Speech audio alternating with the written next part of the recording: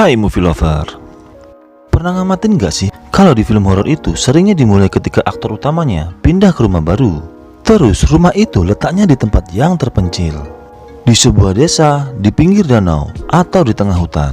Si aktor ini pindah ke rumah baru itu karena ada masalah di tempat lamanya dan pengen ganti suasana yang lebih fresh. Bener nggak guys? Tahu nggak alasannya kenapa plot film horor seringnya seperti itu? Tulis di komen ya versi kalian, kira-kira kenapa seperti itu? Mimin butuh pencerahan nih. Nah, di film ini openingnya exactly the same seperti plot di atas, tapi lah disimak endingnya karena berakhir sangat menyedihkan. Malahan pesan moral dari film ini adalah hati-hati kalau lagi ngomong anak kita. Nah kan? Oke deh, gak perlu lama-lama.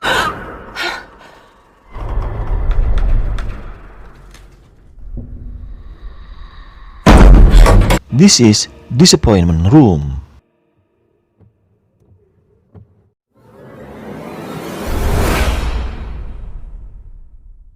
We are gentlemen of Japan.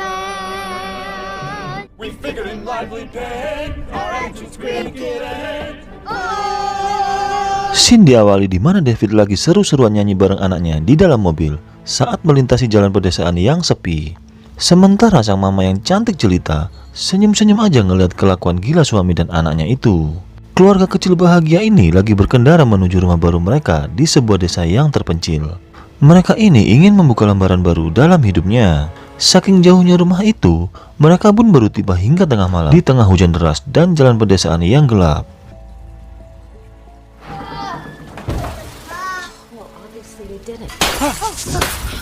Mereka lalu disambut lampu yang koslet dan tumpukan banyak kardus waktu masuk ke rumah. Di sini hawa mistis udah dirasain sama Dena.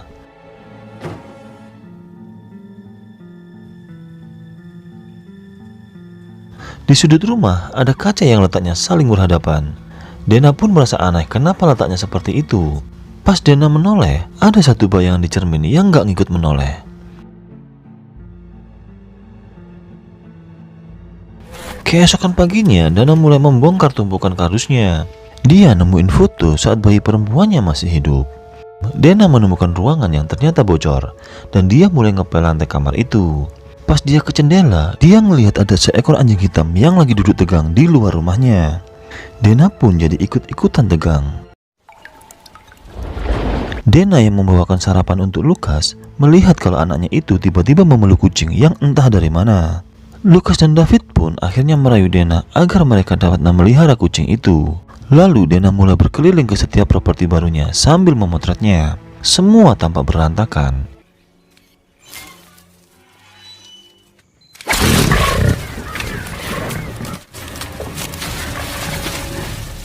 Dana yang kaget langsung memberitahu David kalau ada sesuatu di semak-semak pekarangannya. Mungkin itu sebuah rakun, jawab David sekenanya. Dana pun tercengang dan gak percaya gerakan dan raungan rakun seperti itu. David, Dana, dan Lukas kemudian meluncur ke pusat kota untuk berbelanja. Pas masuk ke toko es krim, pemilik toko sudah tahu kalau mereka adalah penghuni baru di desa itu. Perempuan ini lalu memberikan rekomendasi tukang bangunan yang bisa membantu memperbaiki rumah David. Ben Phillips Jr. namanya. Tentu saja tawaran itu ditolak oleh Dana karena dia adalah seorang arsitek. Malam harinya, Dana terbangun dari tidurnya dan dia melihat Lukas yang sedang menatap keluar jendela. Dia melihat seekor anjing di luar sana. Aku takut, Mami, kata Lukas sambil memeluk Dana. Lucas, what is? Oh, it's alright. Tapi tiba-tiba, Lucas.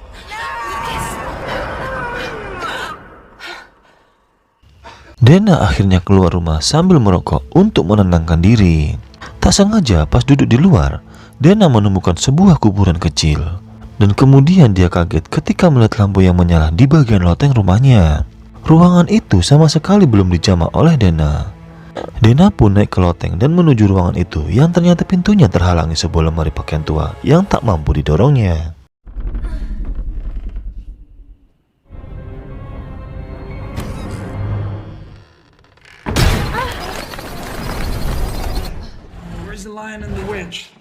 Pas lemarinya udah tergeser karena dibantu David, Dana mencoba mengintip dari lubang kunci ke kamar itu. Dan ternyata ada yang mengintip balik dari dalam kamar. Keesokan paginya, saat Dana membongkar sebuah amplop, Dana menemukan foto-foto tua. Sementara David dan Lucas bermain di pekarangan. Di situ dia melihat foto jendela kamar itu dengan sebuah layangan dan sebuah foto pasangan suami istri yang sudah berumur serta anjing yang pernah dilihatnya di pekarangan. Dana pun melanjutkan membuat roti dengan timer yang dinyalakannya. Tak sengaja dia menemukan kotak besi berisi sekumpulan kunci. Dia pun kepikiran ke kamar misterius itu dengan kunci-kunci itu, dan dia berhasil masuk ke kamar itu.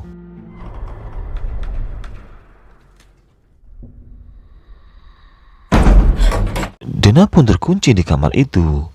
Ada sebuah lubang yang di dalamnya mengeluarkan suara. Dana pun mulai mendekat.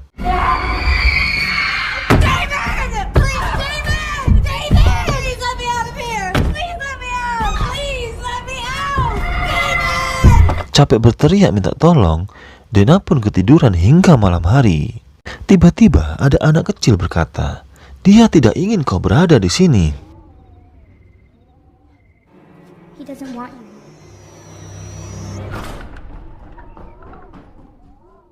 Saat berhasil keluar, Dana pun marah ke David yang tidak memberinya pertolongan, padahal dia semalaman terjebak di kamar itu. David dan Lucas pun berkata kalau mereka tidak mendengar teriakan ibunya itu. Tiba-tiba timer kuenya Dana berdering. Dana pun gak habis pikir. Ternyata dia tidak lebih dari 20 menit di kamar loteng itu.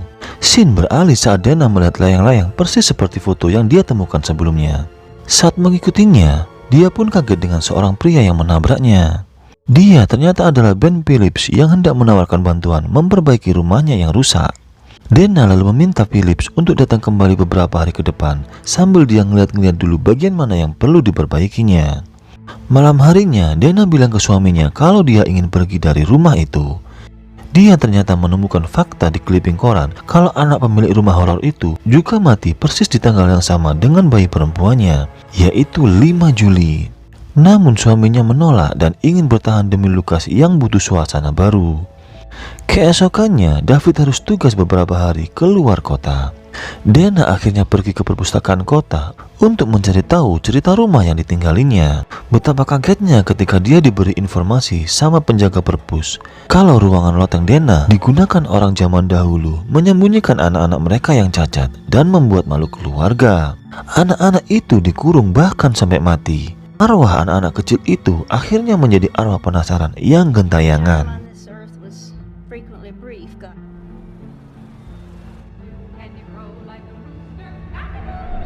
Saat serius melihat gambar-gambar anak cacat itu, tiba-tiba pintu terbanting dan Lucas menghilang. Lucas. Saat mencarinya di loteng, Dana bertemu penampakan gadis cilik di pintu kamar itu. What's your name? Your name? Laura. He doesn't want you here.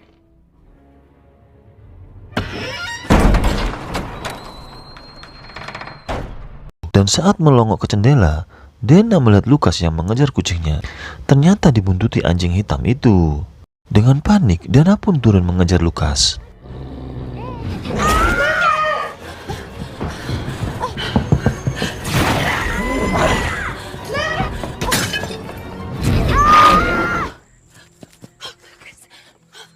Tapi Lucas nggak mau balik. Dia mengajak Dana untuk mencari kucingnya, Rascal.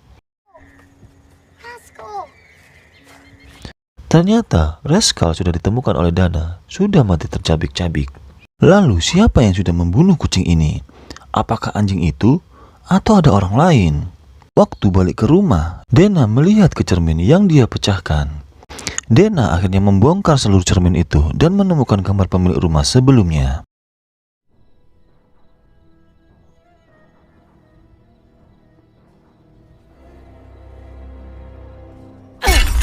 Scene lalu flashback ketika David menemukan Dana yang mencoba bunuh diri saat kehilangan putri kecilnya. Di kota, ternyata David berkonsultasi dengan psikiater tentang kondisi Dana. Psikiater ini menyarankan untuk David mengundang teman-temannya ke rumah saat perayaan ultah putrinya yang sudah meninggal. Dana mulai jengah dengan ketakutannya. Dia pun membakar foto di balik cermin yang dia temukan.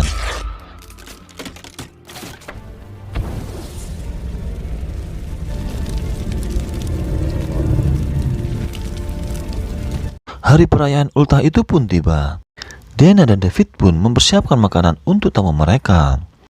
Di saat itu pula, Ben Phillips membongkar kuburan kecil di samping rumah seperti permintaan Dana. Tiba-tiba dia dipukul sekop oleh pria tua. Saat malam perayaan, Dana ternyata menggila karena sudah tidak kuat tinggal di rumah itu. Oh my God. Catherine? Are you listening? Take that! Just let me cut the fucking cake! Dana. I can't do it anymore, David. Kemudian dia berlari keluar rumah untuk ngecek kuburan yang sudah dibongkar oleh Phillips. Alangkah kagetnya, ternyata dia menemukan Phillips sudah mati tergantung di pohon. Dana kemudian masuk ke rumah lagi dan mencari Lucas. Saat tiba di kamar loteng itu, dia melihat hantu-hantu itu. Ternyata hantu tua itu membunuh anak perempuan cacatnya yang sudah membuat malu keluarganya.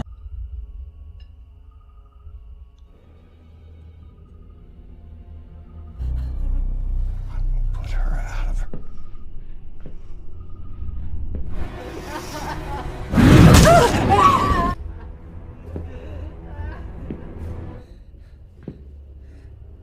Dia juga menghujat Dana sebagai ibu yang buruk karena sudah membuat bayi perempuannya meninggal. Bapak tua itu lalu berencana membunuh Lucas. Ketika hendak mengejar hantu tua itu, Dana tiba-tiba diserang anjing hitam itu. Bapak tua itu pun masuk ke kamar Lucas dan membekap Lucas.